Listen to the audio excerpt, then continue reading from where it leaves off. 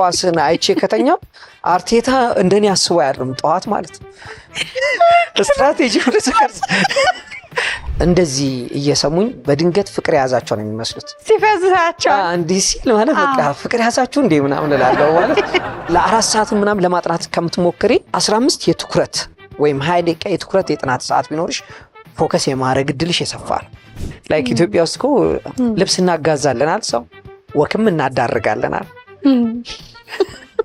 ኳስን አይቼ ከተኛው አርቴታ እንደኔ አስቦ ያርም ጠዋት ማለት ነው ስትራቴጂ ወደሰከርስ ለ4 ሰዓት ምናምን ለማጥናት ከምትሞክሪ 15 የትኩረት ወይም 20 ደቂቃ የትኩረት የጥናት ሰዓት ቢኖርሽ ፎከስ የማድረግ እድልሽ የሰፋል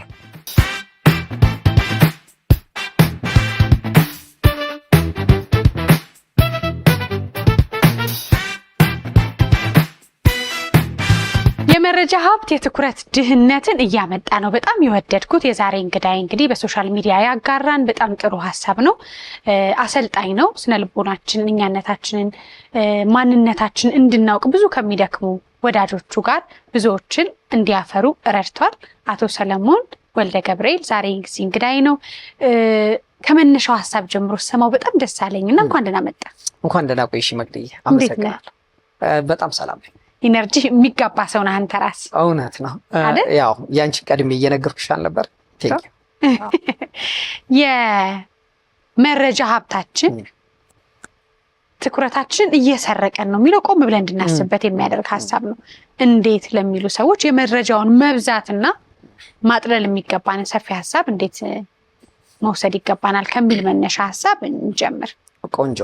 ያው መጀመሪያው ክሬዲት ለሚገባው መስጠት ያስፈልጋልና አንድ ዳንኤል ጎልማን ስሙን ከተሳሳትኩ ይቅርታ ፎከስ የሚል መጽሐፍ እያነበብኩ እቺን አሁን ያልኳትን ቃል አነበብኳት ማለት ነውና wealth of information is creating poverty of attention የሚል ነገር እንትን አለና እዛ ገጽ ላይ በጣም ነው ረጅም ደቂቃ የቆምኩት። ያለንበትን ዘመን አየው፣ ወደ ኋላኛ የመጣንበትን ዘመን አየው እና ምንድነው እውነት በዚህ ዘመን ያው ሁሉ ጊዜ ዘመኑን ታያለ በዘመንሽ ውስጥ ምን በብዛት አለ ምን እጥረት አለ አይደል? እኔ ደግሞ በሁለቱም ዘመን ውስጥ ስለነበርኩ ለማነጻጸር ብዙም አልቸገረኝም። እሺ እዚሁ አዲስ አበባ ነው የተማርኩት። ድሮ ሃይ ስኩል ስንማር አዲስ ከተማ መጽሐፍ ማግኘት እንዳሁኑ የምንፈልጋቸው መረጃ ማግኘት በጣም ከባድ ነበር።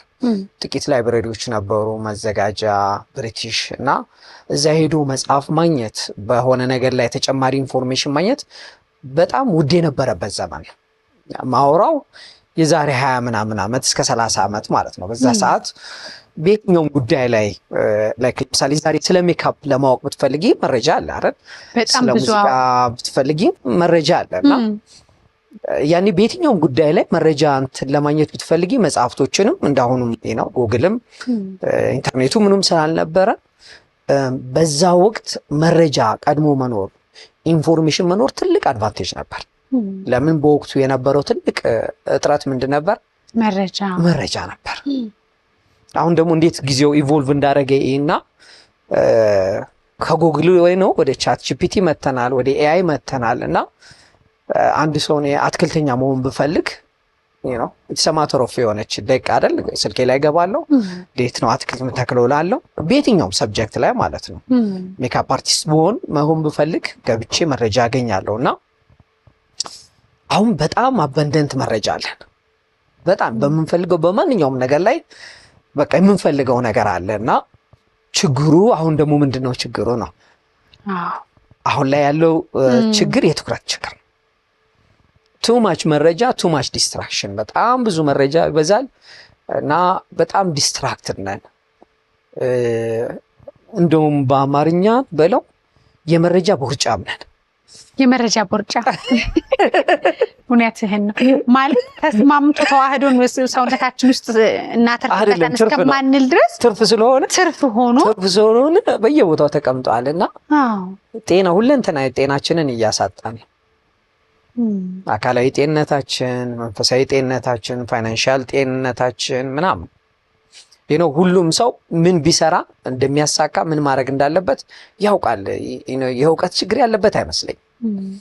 ግን በዛ በሚያውቀው ነገር ላይ አተኩሮ መቆየት እስከ መጨረሻው መጓዝ በጣም በጣም በጣም ይቸግራልና ሪሊ አቴንሽን የጊዜው ችግር ነው። አዎ እንግዲህ ዓለም የደረሰበት ደረጃ ዓለም አንድ ሆነች እያልን ስንል ዓለምን ወይም የሰለጠኑትን ሀገር የሚያውክ ነው። አሁን ልጆቻቸውን ትውልዳቸውን እያጠፋ ነው ብለው እንደገና ወደ ተፈጥሮ ወደ ቅድመ ነገራችን ተመልሰን እንኑር እያሉ ነው። እንግዲህ እኛ ደግሞ እነሱን ለመምሰል ወይም እነሱን ለመከተል የምንሄደው ጉዞ ብዙ ነገራችን እንድንጥል እያደረገን ነው። እጃችን ላይ ያለውን ፈንጂን በለው ወይም ቦርጫ የሚያደርገንን መርዛማ ነገር ወይም ስልካችንን እንዴት አድርገን መጠቀም ነው የሚገባን?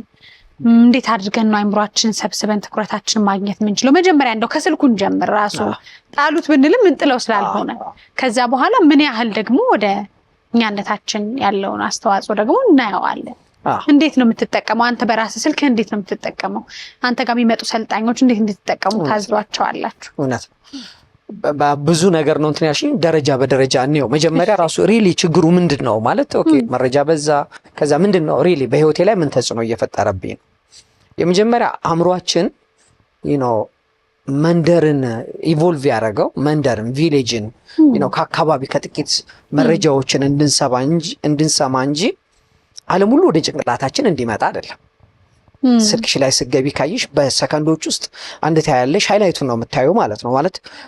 እኔ ቪዲዮ ቁም ነገር ቪዲዮቼ ነው ያለው ቅድም እያወራሁሽ ነበርና አንዳንድ ምንም እርባና የሌለው ማለት ሰላም ነው ወይ አማን ነው ብዬ ምናልባት 3 ሰከንድ ወይም 7 ሰከንድ የሚሆን ቪዲዮ ከግማሽ ሚሊዮን በላይ ቪው አለው። በሌላ በኩል ደግሞ ለሰው በጣም እንደሚጠቅም ያወኩት ሐሳብ ምንም ይሄን ያህል ትኩረት እንትን የለውም እና አይኖ ምን ችግሩ እንደሆነ ማለት ነው። ማለት በዚህ ሰዓት ላይ ሰዎች መያዝ ካለብሽ የመጀመሪያው ነገር ሁክ ነው። ልክ አሳ እንደምትይዡ ማለት ነው።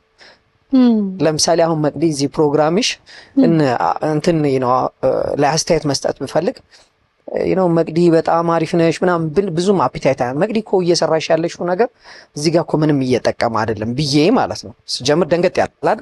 እዚህ አዳራሽ ብቻ ሳይሆን መላ ኢትዮጵያን ዓለምን እየጠቀመ ነው ስል የመጀመሪያው እንትን ሰዎችን ጆሮአቸውን እንዲይዝ ያደርጋልና በቃ በሁክ ነው የሚያዘው እንደ አሳ እየተያዝን ደግሞ ኔጌቲቭ ነው እንጂ በኔጌቲቭ ነው ተቻለ ካየሽ አሁን ሲጀምርም እንዳልጠቀም አድርጌ ነው የጀመረው። ሶዛት አቴንሽን ሰርቫይቫል ማይንድ ስለሆነ ያለን አቴንሽን የሚሰጠው ለህይወቴ ይጠቅመኛል ብሎ የሚለው ነገር ላይ በህይወት ለመቆየት ለማደግ ሳይሆን ለመቆየት ይጠቅመኛል ብሎ ያለው ነገር ላይ ጆሮ ይሰጣል። ለምሳሌ አዲስ አበባ ውስጥ 1000 ምናምን ዛፍ ተተከለ ብዬ ባወራና አዲስ አበባ ቀበና አካባቢ የሚባል አካባቢ 5 ዛፍ ተቃጠለ ብል የትኛው ነው የምትሰሚው? ሞስት ፕሮባብሊ ሁለተኛው። ሶ ጄነራሊ በቃ አቴንሽናችን በጣም ስፓኑ በጣም አነስተኛ ስለሆነ ብዙ ዋጋ እያስከፈለን ነው። ኦኬ ሶ ምንድነው ወደ ሪል ላይፉ ስንመጣ ምን ቦርጩ ምን ጎዳን ስንል የመጀመሪያ ትልልቅ ቢዝነስ መገንባት ብትፈልጊ ማጥናት ብትፈልጊ በእነዚህ በኢንስታንት እንትኖች ሳይሆን በፎከስድ በሆነ ታይም ቆይታ ውስጥ ነው ማሰብ የምትችይው፣ መፈላሰፍ መመራመር የምትችይው፣ የጀመርሽውንም ቢዝነስ መገንባት የምትችይው እዛ ነገር ላይ ለረጅም ጊዜ ስትቆይ በሀሳብ ውስጥ። ነገር ግን አሁን እንዳልኩሽ በመረጃዎቹ ብዛት ምክንያት አንድ ነገር ላይ መቆየታችሁ ትጀምሪዋለሽ፣ እንጣጥ ትያለሽ። ፔይ አቴንሽን ቱ ዩር ኢንቴንሽን ይባላል። ማለት ለመሻት አቴንሽን ስጥ ነው። አንደኛ ሰው መሻቱን አያውቅም፣ ሁለተኛ ለመሻቱ ደግሞ በቂ አቴንሽን አይሰጥም። ስለዚህ ይጀምረዋል፣ ያቋርጠዋል። ማሳካት እንዴት እንደሚችል ያውቃል፣ ነገር ግን በቂ አቴንሽን ትኩረቱን አይሰጥም። ትኩረቱን በቂ ትኩረት መስጠት ስለማይችል እያለፉ ይሄዳል። አንደኛው እሱ ነው። ሁለተኛው አሁን ካየሽ እንለጥፋለን የሆነ ነገር ሶሻል ሚዲያ ላይ፣ ከዛ የሆነ ሰው ኮመንት ያደርጋል ወይ ላይክ ይሰጠናል፣ ወዲያውኑ ዶፓሚን ይመጣል፣ ደስ ይለናል፣ እንወጣለን፣ ተመልሰን ሌላም ሰው አልሰጠኝም እንልና እንመለሳለን። ስለዚህ የቫሊዴሽን ሱሰኛ እንሆናለን። የሌሎች ሰዎችን ይሁንታ ሱሰኛ እንሆናለን። እንደ ዋዛ ይጀምርና እኛ ሀገር እንደውም ምናልባት እንግዲህ ተጠና ነገር ባይኖርም ሌሎች ሰዎች የኢንስታግራም ሌላ ሀገር ላይ የኢንስታግራም ላይ እንኳ በመቀነሱ ምናምን ሱሳይዳል የሆነች ሴት ታሪክ ሰምቻለሁ። የት እንዳነበብኩት ባላውቅም ማለት ነው። ማለት አቴንሽን አታ ማለት ነው። እና ሰው ልክ የመጠጥ ሱሰኛ እንደምንሆነው ምናምን የላይክ እና የኮመንት ሱሰኛም እና አቴንሽን ካልተሰጠን ላይክ እና ኮመንት ካልተሰጠን ትክክል አይደለውም የሚል ነገር ውስጥ እንገባለን። ግን ኖት ነሰለ። ስለዚህ ባመነው ነገር ላይ ሌላ ሰው ቫሊዴት እስኪያደርገው ኮመንት እስኪሰጠው ምናምን እስኪል ድረስ ያለ መቀጠል ችግር ይኖራል። ከዛ ውጪ ደግሞ ቅድም ጀምሬ ያቋረጥኩት ሐሳብ ምንድነው አእምሯችን ለቪሌጅ እንጂ ለዓለም አልተዘጋጀም። እና ሶሻል ሚዲያ ላይ ሄደሽ ሰዎች የሚኖሩትን የኑሮ አይነት ስታይ ዜናውን ስትሰሚ ምናምን ኦቨርዌልምድ ትሆኝና ድካም አንዳንዴ ጠዋት ላይ ሶሻል ሚዲያ ካየሽ ደክሞሽ ቀንሽን ትጀምሪያለሽ። ለምን በቃ ግሉኮስ እንዳለ ተጠቅሟላ ሰውነትሽ ዲሲዥን ሜክ ለማድረግ ግሉኮስን ይጠቀማል። እነዚህ ሁሉ ነገሮች በጀመርለው ላይ ኢፌክቲቭ እንዳንሆን ያደርገናል። ክላስሩም ውስጥ ብዙ ጊዜ ቶሎ ቶሎ አቋርጣለሁ ትሬኒንጎችን። ለምን እንደዚህ እየሰሙኝ በድንገት ፍቅር የያዛቸው ነው የሚመስሉት ሲፈዛቸው እንዲህ ሲል ማለት በቃ ፍቅር የያዛችሁ እንዴ ምናምን እላለሁ ማለት ትኩረት የለንም እንቁነጠነጣለን። አሁን ሁላችንም ስልኩን ካልነካ እንትን ያለ አይመስለውም እና ስልኩን መያዝ አለበት። ዲስትራክት ነው ማለት ነው አይደል? አንቺ ጋር ትኩረት መስጠት እችላለሁ፣ እንደገና ስልኬ ላይ ሀፍ ካለኝ ውስጥ ግማሹን ትኩረት ነው የሰጠችው ማለት ነው። ስለዚህ መስራት ባለኝ ነገር ላይ እንትን አልልም እና ሁሉም ነገር ደግሞ ቲክቶክም ይመስለዋል ወጣቱ። ሁሉም ነገር ስላይድ ፕሌይ ባክ የሚያደርገው ይመስላል። አሁን እኔና አንቺ የተቀረጸው ቪዲዮ አፕሎድ ይደረጋል። ሰዎች አንዴ ቢያዩት ጥሩ ነው፣ ባያዩትም መልሶ ማየት ይችላሉ አይደል? ሁሉም ነገር ፕሌይ ባክ የሚያደርግ እንደሚመስለው ታውቂያለሽ ወጣት። አዳራሽ ውስጥ ቆመን እንደዚህ ባነር አለ እና ስልጠና እያሰለጠንን ባነሩ ፊዚካል ባነር ነው፣ እንደዚህ ዲጂታል አይደለም። እና ባነሩ እግሩ ላይ የሆነ ችግር አጋጥሞት እየወደቀ ነው እና ወጣቶች አሉ እዚህ ጋርና እዛ ጋር የቆሙ ማለት ነው፣ አዳራሹን የሚያስተናብሩ ምናምን ማለት ነው። እና ቆሞ እያዩት አይ ቲንክ ስላይድ መስሏቸዋል መሰለኝ፣ እየወደቀ አላስተዋሉት። እዚህ ጋር ቁጭ ያሉ ሁለት ትልቅ ሰዎች ናቸው ብድግ ብሎ ያዙት። ምንድነው ማለት ቀልጣፋ ኖርማሊ ማን ነው መሆን ያለበት? ትውልዱ ያለበትን ማሳያ ቀልጣፋ መሆን የነበረበት ልጆች ወጣቶቹ ናቸው። ከነሱ ግን ማለት ባነር እየወደቀ እንደሆነ ያዩት ቁጭ ያሉ ትልቅ ሰዎች ናቸውና ምንድነው እያሰበ ያለው ወጣቱ ምናምን ሁሉን ነገር ስላይድ ሁሉንም በኋላ የሚደርስ በኋላ የሚያየው እንደገና ፕሌይባክ የሚያደርገው። ስለዚህ እቺ አሁንና እዚህ ጋር ያለው ጊዜ ያልፈዋል። እድሎች እንዲህ ነው የሚያልፉት። ለምን ፕሬዘንት መሆን አይችልም? እዚህ የሚባለው ቦታ ላይ አሁን የሚባለው ጊዜ ላይ መሆን አይችልም። ስለዚህ ነገሮች እድሎች እንደዚህ እየዳሰሱት ያልፋሉ። ኦፖርቹኒቲዎች ያልፉታል። ለምን እንትን አይደለም፣ ፎከስ የለውም፣ አቴንሽን የለውም፣ ዲስትራክሽን ያለው እና ሲሪየስ ችግር ነው። ሰላም የመቅዲ የሚዲያ ዩቲዩብ ቻናል ተከታታዮች፣ እያያችሁ ያላችሁትን እየወደዳችሁት ነው ወይስ? እስቲ ሀሳብ አስተያየታችሁን ከስራ አስቀምጡልን። ታዲያ ሰብስክራይብ አድርገው መመልከት እንዳይረሱ። ምን ያህል ከባድ ሱስ ውስጥ እንዳለን የምናውቀው አሁን ስትለው ራሱ በወጣትነታችን በጊዜያችን በምናተርፍበት በምንበቃበት ለእኛ ለቤተሰብ ለሀገር ከዛ ፈጣሪ የሰጠንን በረከቶች እንዳናይ ምን ያህል እድላችን ላይ ሶሻል ሚዲያው እንደገባ የህይወታችን መስመር ዘዋሪ እንደሆነ ስናስብ በጣም ያስደነግጣል። አሁን እንግዲህ ነገሮችን ማስቆም አንችልም ብዬ አስባለሁ። አሁን ዘመን እየሄደበት ጊዜው እየፈጠነበት ያለውን ስልካችንን መቆጣጠር አንችልም። እኛን ግን መቆጣጠር እንችላለን። እንዴት እናድርግ? ቆንጆ። መጀመሪያ ሶሻል ሚዲያም ይሁን ሌላ ማንኛውም ቱል ማለት ነው። ሶሻል ሚዲያ ቱል ነው፣ ኢንተርኔት ቱል ነው፣ ገንዘብ ቱል ነው፣ መጥረቢያም ቱል ነው። የትኛውም ቱል አጠቃቀሙ ነው እንጂ ቱሉ አይደለም ችግሩ ማለት ነው። ለምን ቱሎቹ ሲፈጠሩ በወቅቱ የሆነ ችግር ኖሮ ያን ችግር ለመፍታት ነው። ለምሳሌ መጥረቢያ እንጨት ለመቁረጥ ነው። ፖሊስ ዜና ላይ ሲሰሚው ግን ጥሩ አጠቃቀም አይደለም። እውነት ነው አይደል እንዴ? ተግባብተናል አይደል? ለማጥፋትና ለማጥማት ተጠቀምበት። ተግባብተናል አይደል? በጣም ሶሻል ሚዲያ የሰጠን ነገር በጣም ብዙ ነው ማለት ለኔ ቪዚቢሊቲ ፈጥሮልኛል፣ እውቀት ሰጥቶኛል፣ ማአት ነገር ሰጥቶኛል። ተግባብተናል። ግን እንዴት እየተጠቀምሽበት ነው ተግባብተናል። እዚህ ሶሻል ሚዲያ ላይ የሆነ ሰውዬ በዚህ ቅጽበት ትኩረቱን ለራሱ ጉዳይ ሰብስቦ የራሱን ትኩረት ብቻ ሳይሆን የብዙ ሰዎችን ትኩረት ስቦ በዛ ሶሻል ሚዲያ ምን እያደረገ ነው? ገቢ እያገኘ ነው። ወጣቶች አሉ በጣም ኢንፍሉዌንሰር ነው ሁሉ የሚባሉት አይደል? ኢንፍሉዌንሰር የሚለውን ስም ትኩረት ወሳጅ ብንለው ተጽዕኖ ፈጣሪና ትኩረት መውሰድን ደግሞ የተለያየም ስለሆነ ተጽዕኖ ፈጣሪ ነው። በጎ ተጽዕኖ ፈጣሪ አለ፣ ተጽዕኖ ኔጌቲቭም አለ። ብቻ ግን ተጽዕኖ ፈጣሪ ናቸው። ተጽዕኖ ፈጣሪ አለ፣ ተጽዕኖ የሚፈጠርበት ሰው አለ።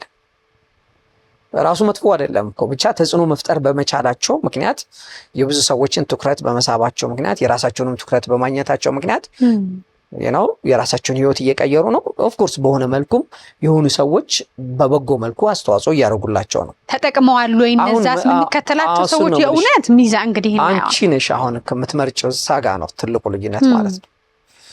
መጀመሪያ እኔ ምንድን ነው የምፈልገው? ላይክ ለምሳሌ እኔ እርሻ ስራ ላይ መስራት የምፈልግ ከሆነ አንደኛ ምን አይነት እርሻ የሚፈልገውን ማወቅ ነው የመጀመሪያው ስታርቲንግ ፖይንት። ብዙ ሰው የሚፈልገውን ስለማያውቅ ይመስለኛል ማንም እየመጣ የሚወስደው። ስለዚህ እኔ መጀመሪያ ምንድነው በህይወቴ እዚህ ምድር ላይ በሚኖረኝ ቆይታ ምን ኮንትሪቢዩት አድርጌ ምን አሳክቼ ምን ግቦችን ጨብጬ ነው ማለፍ የምፈልገው የሚለውን መጀመሪያ ሰውየው ከራሱ ጋር ማውራት አለበት። ከዛ ደግሞ ይሄን ውጤት ለማምጣት ምን አይነት ልምዶች ብገነባ አስፈላጊ ነው፣ ምን አይነት የአእምሮ ውቅር ቢኖረኝ ጥሩ ነው ምናምን የሚሉትን እነዚህን በደንብ መመለስ አለበት። ከዛ የሚፈልገውን አይደንቲፋይ ካደረገ በኋላ ሁሉንም ሪሶርሶች ለዛ ነው የሚጠቀመው። ተግባብተናል። ለምሳሌ እርሻ እኔ የምፈልግ ከሆነ በእርሻ ሙያ የሆነ ነገር መድረስ የምፈልግ ከሆነ ሶሻል ሚዲያ የሚሰጠኝ ፕላትፎርሞች አሉ። ለምሳሌ እኔ አትክልት ፐርሰናሊ በጣም እወዳለሁ መንከባከብ።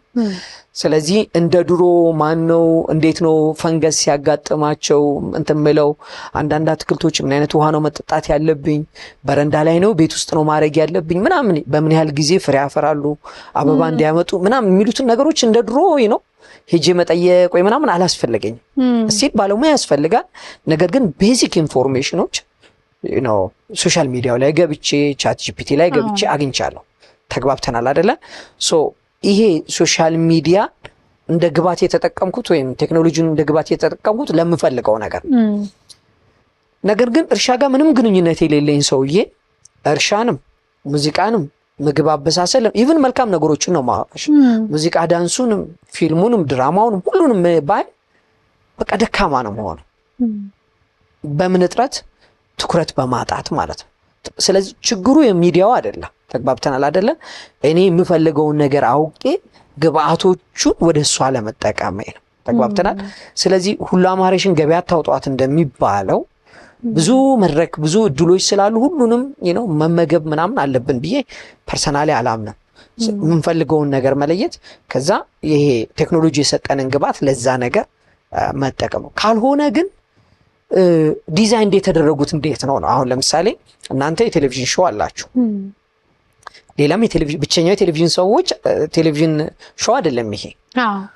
ሁሉም ቴሌቪዥን ሾዎች አቴንሽንን ለመውሰድ ጥረት ያደርጋሉ። ሁሉም የለስላሳ መጠጦች በኖቲፊኬሽን በዩ መንገድ ላይ ባሉ ማስታወቂያ ይሄን የኛን ትኩረቱን ወሰዱ ማለት ገንዘቡን ወሰዱ ነው። በነገራችን ላይ ጥረት ያደርጋሉ። ተግባብተናል። ሶሻል ሚዲያም ፌስቡክም ቲክቶክም ዩቲዩብም ፉክክራቸውን አይተሽ ከሆነ ለምሳሌ ድሮ ስናፕቻት ነበር ትንንሽ 24 ሰዓት ስቶሪዎችን የጀመረው ማለት ነው። ከዛ ፌስቡክም ስቶሪን አመጣ። ከዛ ቲክቶክ አጫጭር ቪዲዮዎችን ሲያመጣ ዩቲዩብ ደግሞ ሾርት የሚባል ቪዲዮን አመጣ። ሁሉም ምንድነው ጥረት የሚያደርጉት ነው አቴንሽንሽን ለመውሰድ ነው። ለምን አቴንሽንሽን ከወሰዱ ኪስሽንም ቀልብሽንም ሁሉ ምናሽን እንደሚወስዱ ያውቃሉ። ስለዚህ የእምነት ተቋሞችንም ብትይ የኔ እምነት ትክክል ነው ብለው ሁሉም በተቻለ መጠን በተለያየ መድረኮች ውስጥ ያንቺ ትኩረትሽን ለመውሰድ። ስለዚህ ከባለቤቱ ውጪ አቴንሽን የማይፈልግ አካል የለም። ከባለ አምሮ አይገርምህም? ይሄን መረዳት ራሱ የኔን ትኩረት ወስደው እየተጠቀሙበት ነው ብሎ ማሰብ፣ እኔ እያጎደልኩ እኔነቴን እያጣሁኝ ከኔ ሆኖ እየተወሰደብኝ ለሌሎች ግን እንዲያተርፉ እንዲበለጽጉ ወይም ጤናማ ያልሆነ ነገር ውስጥ እንዲገቡ እያደረኩ ነው ማለት በራሱ ትልቅ ነገር ነው ያስባሉ። እንደው ክፋት ነው ብለን አናስበው። ላይክ ለምሳሌ ቢዝነስ ነው፣ ገንዘብ ነው፣ ፓወር ነው ብለን እናስብ። የሚፈልጉት ማለት ነው እነዛ አካላቶች ፓወር ይፈልጋሉ፣ ገንዘብ ይፈልጋሉ ምናምን እና ሁሉም በሆነ ኢንቴንሽን ኦር ፎሎወር ይፈልጋሉ አይደል? ቸርም እንሁን እንለግስም፣ ግን እኛን እያጣን በቃ ስለዚህ እኛንን መምረጥ ያለብን። ለዛ እንግዲህ እኔ ብዬ የማስበው እንደው መጨረሻችን ከሆነ ወይ መጨረሻ ላይ ሪኮመንድ የማደርገው የመጀመሪያ ዳይት የምግብ ዳይት እንዳለ ሁሉ የአቴንሽን ዳይት ያስፈልገናል። በጣም ልክ ነው። የትኩረት ጾም ማለት ነው በአማርኛ። የትኩረት ጾም ያስፈልገናል። በጣም ጥሩ አማርኛ ነው የምትናገረው። እሺ የትኩረት ጾም ያስፈልገናል። እንደዚሁ ቃላቶቹን እንትን እንበላቸውና በእንግሊዝኛ ወደ አማርኛ ኢንቴንሽን መሻትሽን ማወቅ፣ ከዛ አቴንሽንሽን ትኩረትሽን ለመሻትሽ መስጠት፣ ከዛ ደግሞ ፎከስ የምንለው ለረጅም ጊዜ በዛ ነገር ላይ ማተኮር። አቴንሽን እና ፎከስ ይለያል። ፎከስ በአንድ ነገር ላይ ምን ያህል ቆይተሻል ነው እና ስለዚህ ለዛ ለመሻትሽ ረጅም ጊዜ ነው ትኩረት መስጠት፣ መታመን እና ትኩረትሽን እዛ ላይ መቆየት ያስፈልጋል። እና ትኩረት ምን ያህል ኃይል እንደሆነ ካየሽ ሰሞኑን መሳሪያ የተሰራው የሌዘር ቢም ነው ማለት ብርሃንን ሰብስቦ ከባድ ዊፐን ማድረግ ይቻላል አይደል? ድሮ ትዝ ካለሽ የፀሐይ ብርሃንን በወረቀት እናቃጥል ነበር አይደል? ዝም ብለን የተበተኑ የፀሐይ ብርሃን ወረቀት እዚህ ጋር ብናደርግ አያቃጥልም። ምን ያህል ተሰብስቦ ሌንሷን ተጠቅመን ግን ብርሃኗን ስንሰበስባት ወረቀት ስታቃጥል እናያለን። ያን ብርሃን የበለጠ ብንሰበስብ ደግሞ የጦር መሳሪያ ነው የሚሆነው፣ የሚቆርጥ ነው የሚሆነው። ልዩነቱ ብርሃኑ ተበትኗል ወይስ ተሰብስቧል? የኛነታችን ብርሃን ቢሰበሰብ ምን ያህል ኃይል ይኖረው ነበር? የኛም እዚሁ ጋር ያለው እንትን ምን ያህል ተሰብስቧል ነው። ከሰበሰብነው ጉልበተኛ ነው፣ ካልሰበሰብነው በጣም ደካማ ነው የምንሆነው። ይሄ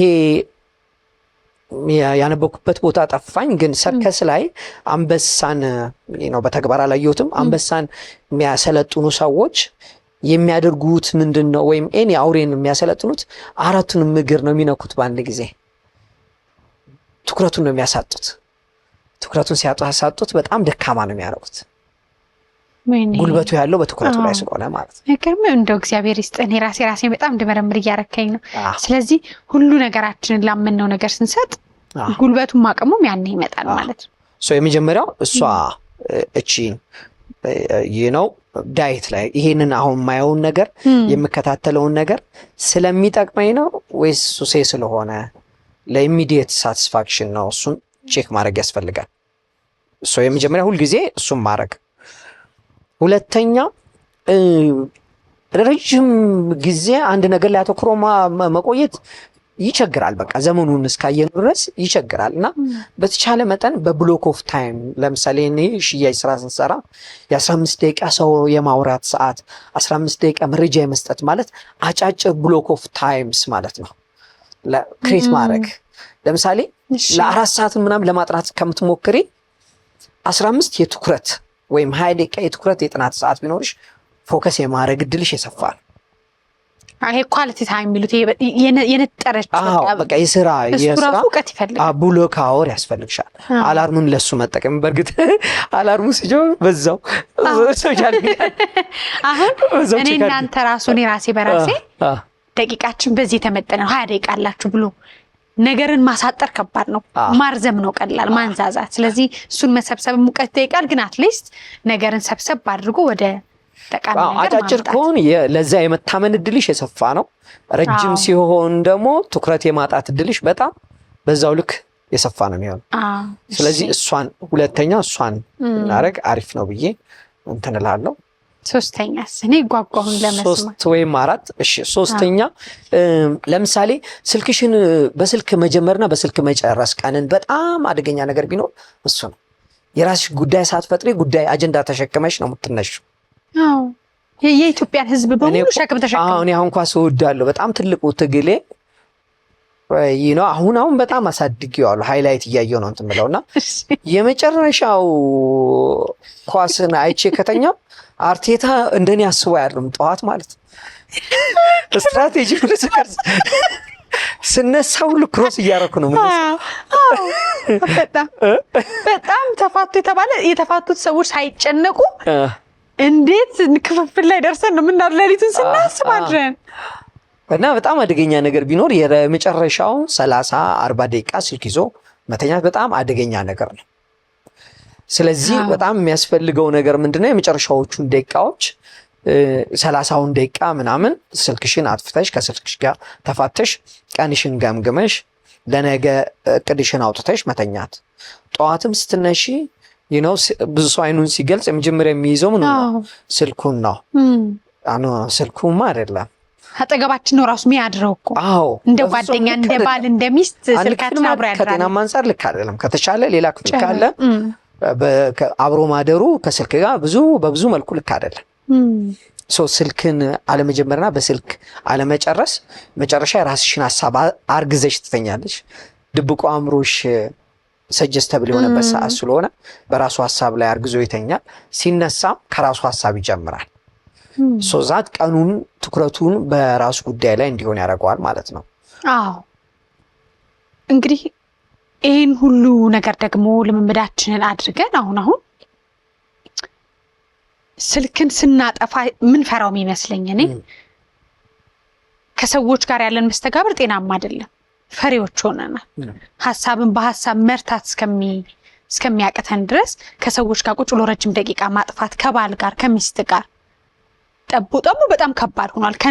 የእናትና የልጅ ግንኙነት፣ የባልና የሚስት ግንኙነት፣ የተማሪና የመምህር ግንኙነት፣ እኛ ከራሳችን ጋር ያለን ግንኙነት የሚያስፈራን ሁሉ ሆኗል ከስልክ ውጭ። ይህንን ጣሉ አለን፣ ስልኩን ወይም በአግባቡ ተጠቀሙት አለን። እንግዲህ ረጅሙን ሰዓት ለራስ ሊሰጥ ነው ማለት ነው። ከራስ ጋር ንግግር ሊመጣ ነው፣ ከቤተሰብ ጋር ሊመጣ ነው። እነሱ ደግሞ አልሰራንባቸውም፣ የሆነ ቦታ ቁመናቸዋል። እንዴት እንጀምር? ምን ያህልስ እየጎዱን ነበረ?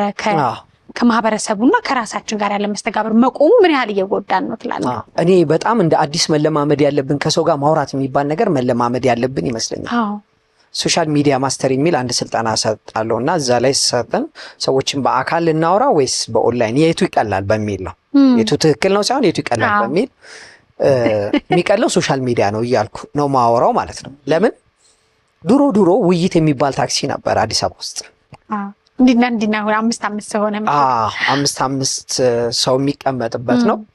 ውይይት እንዴት እንደመጣ ባላውቅም ስሙን ግን ሲመስለኝ አቀማመጡ ራሱ እንድንወያይ ያስገድዳል አይደል? ፊት ለፊት ስለሆነን ስለዚህ እናወራለን እንወያያለን ማለት ነው። ውይይት በዚህ ዘመን ቢኖር ብለሽ አስቢ። ሰዎች ይወያያሉ? በፍጹም ቀናም ብለን እኔ ማን እንደተቀመጠ ምን ታያይ አይመስልኝ። ጎን ራሱ ማለት ምንም አታወሪው ማለት ነው። ለምን ፍርሃቱ ምናምን ይሄ ሶሻል ስኪሉ በማዳበር ፋንታ ምን ላይ ነው የሚያሳልፈው? እንትን ላይ ነው። እና እንደ አዲስ መለማመድ ያለብን ስኪል ነው ብዬ ጠፍቶብናል ብዬ አስባለሁ። ብዙ ሰው አሁን ከቤተሰብ ጋር ጊዜ አጣው ምናምን ይልና ከቤተሰብ ጋር ግን ሆኖ አክቹአሊ 2 ሰዓት አብረሽ ሆነሽ ኮኔክት ሳትሆኝ እኮ ነው አብረሽ የምትሆኝ ማለት ቤት ውስጥ ትሆኛለሽ።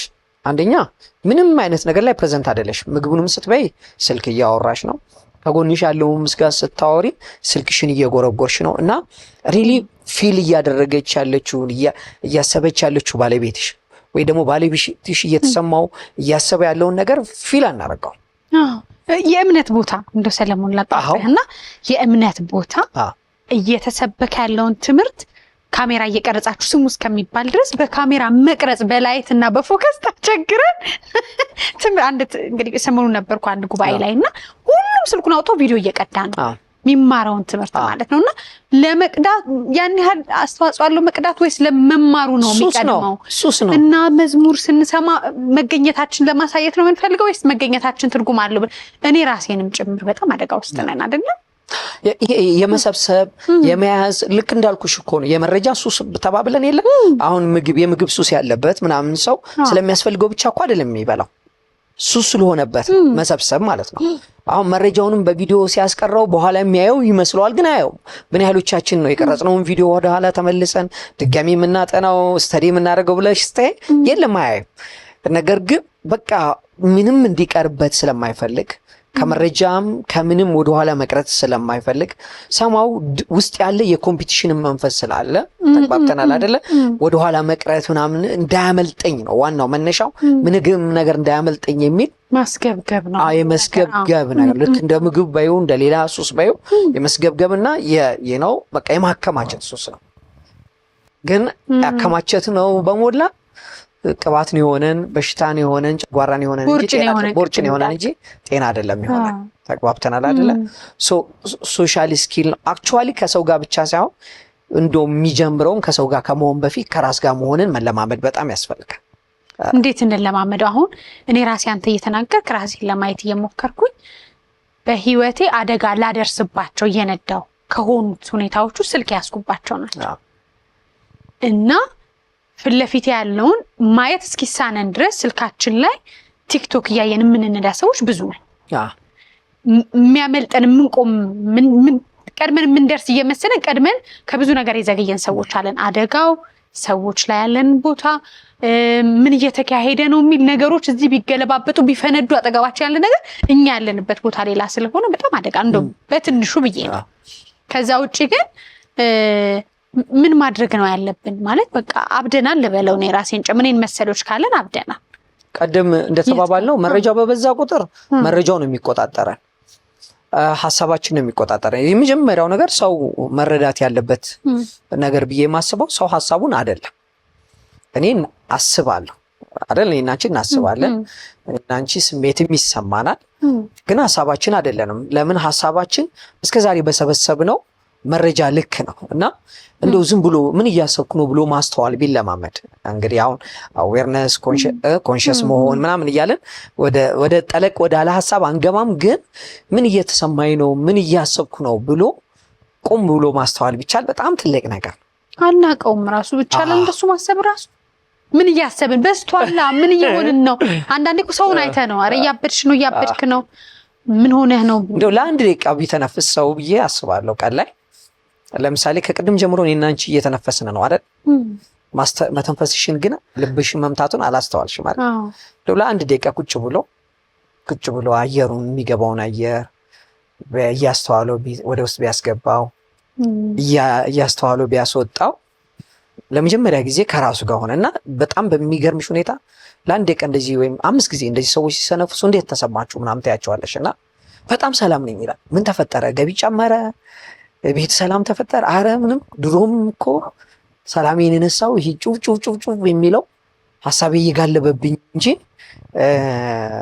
ሰላም ነበረ ይላሉ ማለት ነው። ብዙ ጊዜ ሰዎች እንደዚህ ተለማመዱ ስትያቸው ማለት ነውና ከሰውም ጋር መሆን በጣም አሪፍ ነው። ግን ከሰው በፊት ከራስ ጋር መሆን ምን እያሰብኩ ነው ምን እየተሰማኝ ነው ራይት ነው።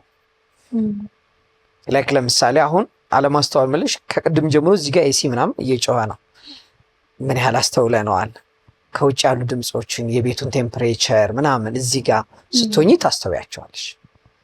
አዎ ግን እሱ ያስፈራል። ጸጥታ በጣም የሚያስፈራ ነገር ነው። ለምን መሰለ አሁን እኛ ካለንበት ብቻ ሳይሆን ብዙ ሰዎች ጸጥታንና ህሊናቸውን ሽሽት ነው የሚደበቁት። አንዱ ሶሻል ሚዲያ የምንደበቅበት ነገር ያልሆነውን ነገር ለማሳየት ነው። አሁን ብዙ ጊዜ ሀብት ያላቸው ሰዎች እንደምንለው ሀብታም ነኝ ብለው ለመታየት ብዙ ሲሮጡ አታይም፣ እንደውም ይደበቃሉ። ትዳራቸው ላይ ሰላም የሆኑ ሰዎች ትዳሬ እኮ ሰላም ነው እዩልኝ ብለው ለማሳየት አይደፍሩም። ብዙ ጊዜ ሳየው እንደውም ስናገኘው እንዳይታይብን እንሰጋለን። ስንሆን እንዳይወሰድም ስለምንፈራ ያልሆነውን ያነሰንን ደስተኛ ያልሆነውን ነገር በሳቃችንና በልብሳችን ለመሸፈን እና ያንን ሁሉ ሲገፈፍ እንግዲህ ከራስ ጋር ንግግር ሊመጣ ነውና በጣም ያስፈራል ያ ድምጽና ከራስ ጋር ለመሆን ለምንፈራ ሰዎች ምን ትላለህ? አትፍሩ ማለት አይቻል። የሰራነው ሁሉ ተከምሮ ሊፋጠጥ ነው እንግዲህ ምን ይሻላል? ቅድም እንዳልኩሽ ነው። ላይክ ለምሳሌ እኔ አሁን አንዳንዴ ኳስ ወዳለሁ ብዬሻለሁና ሃይላይት ወር የሆነ ነገር ለሆነ ደቂቃ ሳይ ብንንልና ሶል ምን እየሸሸ ነው እላለሁ። ልክ ሰው በመጠጥ ወይ በምናምን እንደሚደበቀው ማለት ነው ሀሳቦቻችንም ስሜቶቻችንም በመጋፈጥና በማስተዋል ፋንታ ምን ማድረግ እንመርጣለን? እንደበቃለን። ከአንዳንዱ በመጠጥ ይደበቃል ለጊዜው፣ አንዳንዱ ደግሞ በሶሻል ሚዲያ ይደበቃል። በብዙ ነገር ይደበቅና ያልፋል፣ ያችን ስሜት ያልፋታል።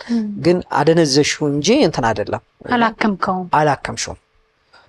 የመጀመሪያው እኔ ላይክ ሀሳብ እንደምንፈራው አይደለም ማለት አንዳንዱ ሀሳቦች እንደውም በአብዛኛው የትዝታ ነው፣ ሰውነታችን ውስጥ በትዝታ ያሉ ናቸው እንጂ ላይክ የድሮ በደላችንን ነው እየተንከባከብን ያለ ነው፣ የድሮ ሀዘናችንን ነው እየተንከባከብን ያለ ነው እንጂ ቆም ብለን ዝም ብለን ስናስተውለው ሰላም።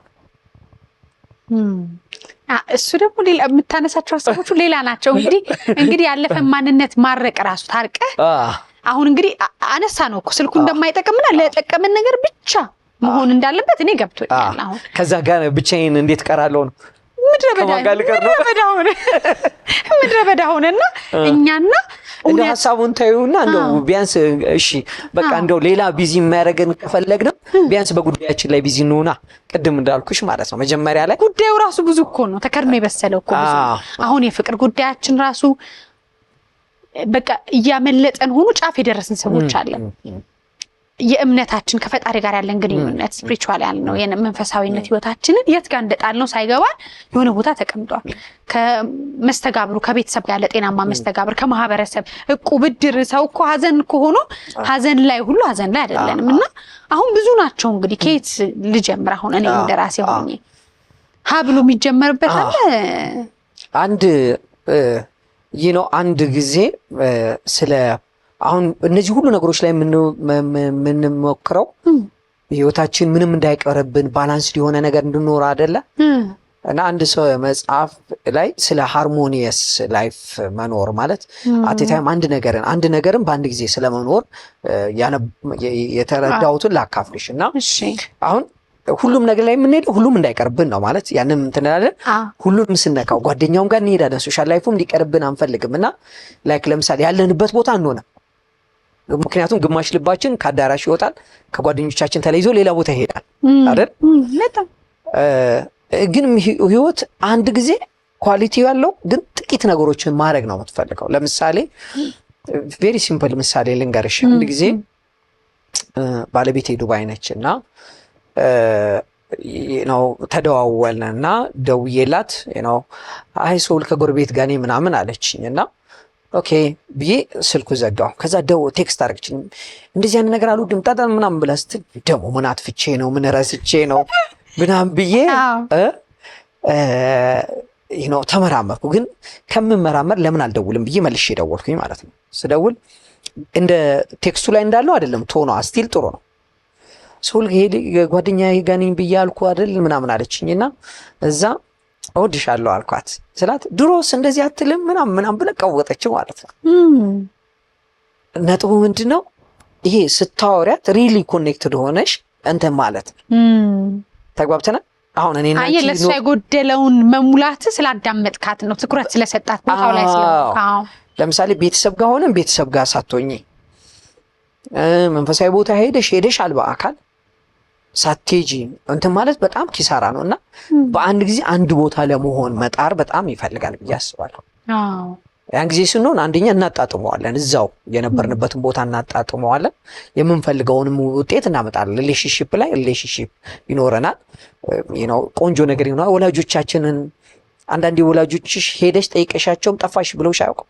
በጣም እኔ ቤት እና ባትመጪ ሁሉልኝ አንዳንድ ጊዜ የስራ ስልክ ደውላለሁ። በዚህ ሆነ ኖሬያቸው የማወራቸው ስለኔ ጉዳይ ነው። እንዲህ ከሆኑ ሳላዳምጣቸው ከዛ ልክ መንገድ ጀምሬ በስልክ ነው አብረን ሆነ ከሰዓታት በላይ ናፈቅሽኝ እንዳትዪ በስልክ ስንሄድ ነው እንጂ ነገሩ የፈለኩሽ እኮ ለዚህ ነበረ ብላኝ እናቴ ደንግጬ አውቃለሁ። ለምንድን ነው ሄድኩት? ለፈለገችኝ ጉዳይ እኔ የፈለኩትንና ስልኬ ላይ እኔ የስራዬን ሁኔታ አራግፌባት መጣ እሷን ሳልሰማት እውነት ነው።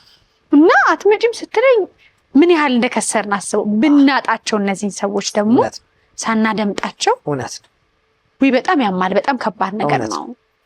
ስለዚህ መለማመድ ሀሳባችንን ካፈራን ጉዳይ መፍጠር፣ ጉዳዩ ላይ በአንድ ጊዜ አንድ ላይ መሆን። ከዛ ይሄ እንትን ስልክ ወይም ሶሻል ሚዲያ ምንም በለው ጥሩ ባሪያ ነው፣ መጥፎ ጌታ ነው። ጥሩ ባሪያ መጥፎ ጌታ እንዴት? ስልክሽን አሁን ላይ ያለንን የመረጃ ብዛት ሳይ ማለት ነው ድሮ አልነበረም አይደል? ዝም ብዬ በፌስቡክ ላይ ሳይ በየሀገሩ ማለት ነው ኢትዮጵያ ውስጥ ብቻ አይደለም በየሀገሩ ወጣቶች ድሮን ትንንሽ አይሮፕላን ምናምን መስራት የሚሞካከሩ አያለው በየቦታው ማለት ነው። እና እርግጠኛ ነኝ በአጭር ጊዜ ውስጥ በየሀገሩ መኪና በዩ ምናምን ለመስራት የሚያስፈልገውን እውቀት ወጣቶች በቀላሉ ማግኘት ይችላሉ። ስልካቸውን በዚህ መልኩ ስለሚጠቀሙበት በጣም ጥሩ አገልጋያቸው ነው። ተግባብተናል አይደለም? ሌሎች ሰዎች ደግሞ አሉ ማለት ፍላጎታቸውን የማያውቁ ሶሻል ሚዲያ ላይ ሲዞሩ የሚውሉ ማታ ደክሟቸው ምንም አይነት ፕሮዳክቲቭ የሆነ ነገር ሳይሰሩ የሚውሉ ሰዎች አሉ። ከሙዚቃ ከፊልም ከዳንስ ከምናምን ምናልባትም ፖለቲካውንም ጸቡንም ምኑንም ሲያዩ የሚውሉ በላይፍ ተስፋ ቆርጦ የሚውሉ ሰዎች አሉ። ጥፋተኛው ማን ነው? ሶሻል ሚዲያው ነው ወይስ ሰዎች ውስጥ? ሶሻል ሚዲያ ላይ እኮ እኔና አንቺ ጋር የሚመጣው ከዚህ በፊት እንደምንወደው ላይክ ኮመንት እና ምንም ያደረግንበት አልጎሪዝሙ በዛ መልኩ ነው የሚሰራው። ምንድነው የምትፈልጊው ብሎ ፍላጎትሽን አይደንቲፋይ አድርጎ ነው እንትን የሚለው። ተግባብተናል። ስለዚህ እኔና አንድ ጊዜ ሶሻል ሚዲያን የዛሬ 4-5 ዓመት አንድ ጓደኛዬ ፌስቡክን አየችውና እንዲህ ስትል ምንም ነገር የለውም ወይ ስልጠና ነው ምናምን ማለት የት ሀገር ነው የምትኖረው? ሌላ ሰው እኮ ያለ ሌላ ነገር ማለት ነው። ጦርነት፣ የሚሞት ነገር፣ ብጥብጦችን የለም እኮ አይደለም። ግን የኔ አቴንሽን የኔ ፍላጎት የኔ ትኩረት ስላልሆነ አያመጣውም። አልጎሪዝሙ ራሱ አፒታይት የለኝም። ፍላጎት እንደሌለኝ ስለማያውቅ ፍላጎት ያለኝን ነገር ነው የሚያመጣልኝ። ተግባብተናል። ስለዚህ ሶሻል ሚዲያው አይደለም ችግሩ። እኔና አንቺ ምርጫችንን በላይክና በኮመንት በሰጀሽን ሰተነው አልጎሪዝሙ የምንፈልገው ነገር ይመግበናል። ስለዚህ ሶሻል ሚዲያው አይደለም ችግሩ፣ እኛ ጋር ነው ያለው። ሰላም ውድ ወዳጆቼ፣ የመቅድዬ ሚዲያ ዩቲዩብ ቻናል ተከታታዮች ሰብስክራይብ አድርጋችሁ ማየትን አልዘነጋችሁም። እንዴት ነበር ፕሮግራሙ? ታዲያ የመቅድዬ ሚዲያ ዩቲዩብ ቻናልን ሰብስክራይብ፣ ላይክ እና ሼር በማድረግ ቤተሰብ ይሁኑ። ባሪያም ጌታም ማድረግ ምንችለው እኛ ላይ ነው ያለው የህይወታችን። ከዛሬ እንጀምር። በቃ ምን እናድርግ? ምክንያቱም አደጋ ውስጥ ነን። አዎ ከዛ እንዳልከው ከራሳችን ጋር ገና አይደለንም፣ ከጤናችን ጋር አይደለንም፣ ከዛ ለሌሎች ሰዎች ይሆናልም፣ ከዛ በቃ ሳናተርፍ እንደከሰርን እያለፍን ነው። እና አንድ ሰሞን ምን ገጠመኝ መሰለ፣ በራሴ ትንሽ ቆዳይ ላይ ጥሩ አይደለም የፊት ቆዳይ ላይ እና ሐኪሙ በጣም የሚገርም ያስደነገጠኝ መልእክት ምንድነው፣ ምን ያህል በቂ እንቅልፍ እየተኛሽ ነው፣ ከዛ ምን ያህል ጨረር በስክሪንሽ እያገኘሽ ነው። እና እኔ ቆዳ የተበላሽ ያልኩበት መንገድና ልምዶቼ ምን ያህል ጤናችንን እየጎዱት እንደሆነ፣ በሰዓቱ ምግብ ማይበላ ሰው ይኖራል ወይም የሚበላውን ነገርም አያጣጥመውም፣ ትኩረት አይሰጠውም። ከዛ በኋላ ጨረሩ ፊታችን ምን ያህል አይናችን እየደከመ ነው፣ ልጆቻችን፣ ከዛ ቆዳችን፣ ከዛ አንተኛ ለሊት 8 ሰዓት 9 ሰዓት ድረስ መልእክት የሚጻጻፉ ነው ኦንላይን የሆኑ ሰዎች እናያለን። እና እያተረፉ ነው እያጎደሉ የሚለው በጣም አደጋ ውስጥ ነው። ግን እንዴት እንጀምር ዛሬ? በቃ ሀብለን እንዴት እንጣ? ቆንጆ ቀድምም ጠቅሰነዋል። ግን መጀመሪያ የምንጀምረው ትኩረትሽ ሀብትሽ እንደሆነ ማወቅ ነው። ትኩረቴ ሀብቴ ነው የመጀመሪያው ማለት ነው። እሺ በተለይ ደግሞ ትኩረቴ አሁን ትኩረት አለና እዚህ ጋር እናተኩርና እሷኛው ትኩረት ሳይሆን የቆየ ትኩረት፣ ዘለቄታ ያለው ትኩረት በፈለግነው ነገር ላይ መቆየት በሚለው ነውና እሱ መጀመሪያ ሀብትሽ እንደሆነ ማወቅ ነው። ከዛ ሀብትሽ እንደሆነ ሀብቴ ነው የሚለውን ስም ከሰጠሽ በኋላ ሀብት እንዴት ነው የሚጠቀመው ሰው? ተግባብተናል። ሀብቱን የሚጠቀመው ይቆጥበዋል አይደል? ይይዘዋል፣ ከዛ ያባዘዋል አይደል? ስለዚህ ሀብት እንደሆነ ካወቅሽ እንዴት ልቆጥበው? መጀመሪያ ያው ሀብትሽን እንዴት ነው ገንዘብን ብለን በቃ ከገንዘብ ጋር ብናያይዘው ገንዘብን ለምትፈልጊው ነገር ነው አይደል የምታዩ። ስለዚህ ትኩረቴን ለምን ይላውለው። ስለዚህ ከሱ ጀርባ የሚመጣው እንግዲህ በህይወት ምንድነው የምትፈልጊው? ዋናው መመለስ ያለባት እሷ ነች። ካልሆነ እኮ ያንቺን ትኩረት የሚፈልጉ ብዙ ሰዎች ስላሉ ይጠቀሙሻል። ላይክ ኢትዮጵያ ውስጥ እኮ ልብስ እናጋዛለናል፣ ሰው ወክም እናዳርጋለናል፣ እናካሂዳለንም አይደል? አይገርምም? በእውነት ኧረ አያስቅም። አንተ እኮ ሰልጥነህበት ሊሆን ይችላል። ማካሄድ የሚባል ግን አካሄድ ብሎ ፈጣሪ ወደዚህ ያመጣን አይመስለኝም። ልብስ አጋዛም ብሎ ወደዚህ ምድር ያመጣን አይመስለኝም። አፋታም አጋባም ብሎም አላመጣንም። ያው ስልጣን የተሰጣቸው ቢኖሩ ስለዚህ ለምንድን ነው ጉዳዮችሽን በህይወት እንትን ማለትና ጉዳዮችሽን ከለየሽ በኋላ ለዛ ጉዳይ ከሚያስፈልጉሽ ሪሶርሶች ውስጥ ዋናው ጥሬ ሀብት ምንድነው? ትኩረትሽ። ስለዚህ ትኩረትሽ ሀብትሽ እንደሆነ ካወሽ ቅድም ያልናቸውን ነገሮች ቀንን በማቀድ 30 ደቂቃ ምናምን በራስሽ ጉዳይ ላይ ሀሳብሽን በመሰብሰብ መጀመር፣ ምሽትም ቀንሽም ገምግመሽ ለሚቀጥለው ቀን ምን ይሁን ብለሽ እንትን ብለሽ በስልክ አለመጀመርና አለመጨረስ፣ በመሀል ላይ ብሎክ አወሮች መኖር። ከዛ ደግሞ ሁሉም መረጃ ይሄን ስለ ሱሴ ስለሆነ ነው አይኖር ይከባድ ነው። ጥያቄን በየጊዜው መጠየቅ ሱሴ ስለሆነ ነው ወይ ስለሚያስፈልገኝ ነው ማየው ብሎ መጠየቅ።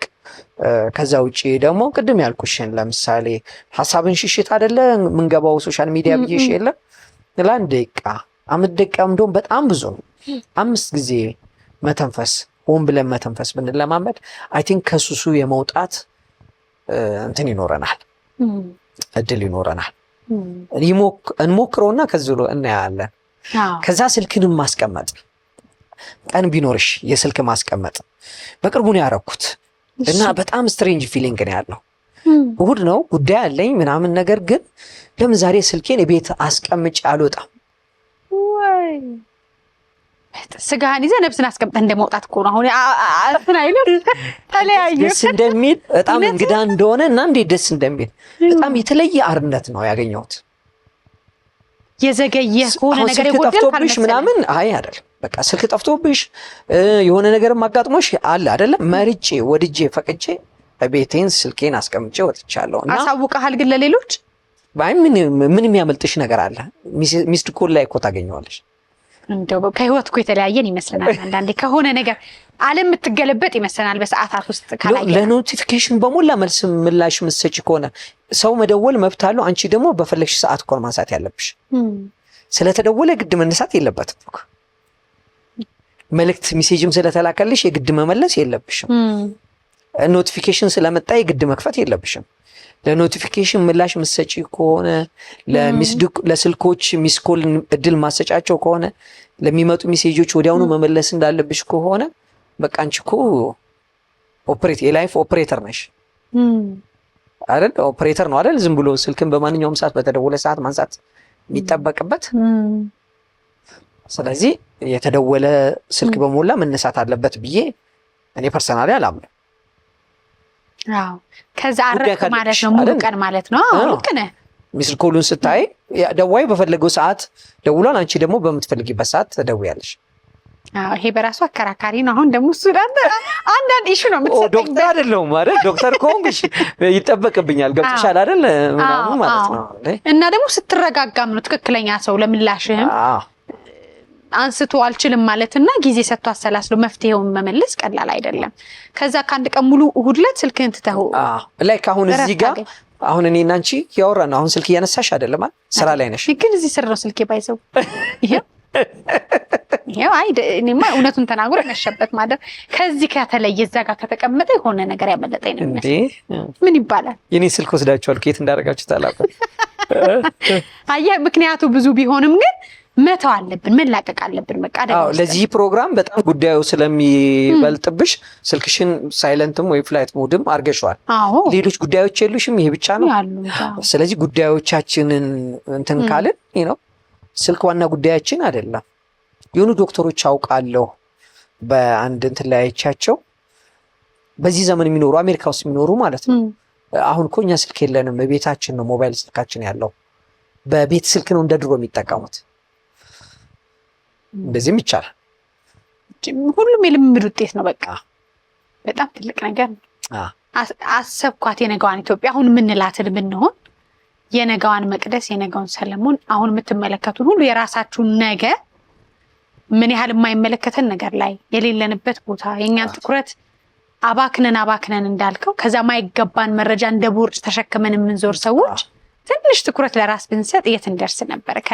ከልባችን ከመክሊታችን ከፈጣሪ ጥሪ ከብዙ ነገር ዘግይተናል። በአሁን በቴክኖሎጂ ታስረናል ነው። ችግሩን ግን ኤክስተርናላይዝ እንዳናደርገው በጣም እንትን ያሉ ብዙ ጊዜ ወቀሳዎች አሉ። ምኑ ላይ? ሶሻል ሚዲያው ላይ፣ ኢንተርኔቱ ላይ፣ ቲክቶኩ ላይ፣ ፌስቡኩ ላይ። ቅድም እንዳልኩሽ እነዚህ መሳሪያዎች ናቸው። ችግሩ እነሱ አይደለም፣ መሳሪያዎቹን አጠቃቀማችን። ስለዚህ በጣም ህይወት ላይ አቅልለውልናል። ብዙ አዳዲስ እድሎችን ፈጥረውልናል። የስራም ህይወታችን የምንሻሻልበት እንዴት ትዳርም ሰጥተዋል ለብዙ ሰዎች አይደል? ድሯል ብዙ ፌስቡክ የዳረው ብዙ ነው። እና የዲቫይሶቹ የነዚህ የመሳሪያዎቹ አጠቃቀም እንጂ በአጠቃላይ ዝም ብሎ ሶሻል ሚዲያ አይጠቅምም፣ ቲክቶክ አይጠቅምም፣ ፌስቡክ አይጠቅምም እያልን ይሄንን ኮንቴንት እኮ ድሮ ቴሌቪዥን ላላቸው ሰዎች እና ምናምን ብቻ ነበር የሚደርሰው አይደል? አሁን የምናወራው አይደል? ምናልባት በኢትዮጵያ በእንትን ውስጥ ነው። አሁን ግን ይሄ መረጃ ቻይና፣ ካናዳም፣ አሜሪካ የትም መድረስ ይችላል በሶሻል ሚዲያ አይደል? እውነት ነው። ስለዚህ ሶሻል ሚዲያው አይደለም ያጠፋው፣ ተጠቃሚው አጠቃቀሙ አለማወቅ ማለት ነው። እውነት ነው። አጠቃቀማችንን እናስተካክል። በጣም አመሰግናለሁ ሰለሞን። የተቀረውን ደግሞ በሀሳብህ አለ አይደለ? ሶል ወልዴ ነው የሚለው ሰለሞን ወልደ ገብርኤል። አዎ ቲክቶክ ላይ ግን በአጭር ስም ሶሎ ወገን ይላል። ሶሎ ወገን ነው የሚለው። ሌላውን ደግሞ እንግዲህ የቀሩትን ሀሳቦች ሶሎ ወገን በሚል የቲክቶክ አካውንት ሀሳብህን እንዲጋሩና እንዲያተርፉበት ለመልካም ትኩረታቸው እንዲያደርጉ እንጋብዛለን። ሌሎች ዝግጅቶች ይቀጥላሉ። መልካም ጊዜ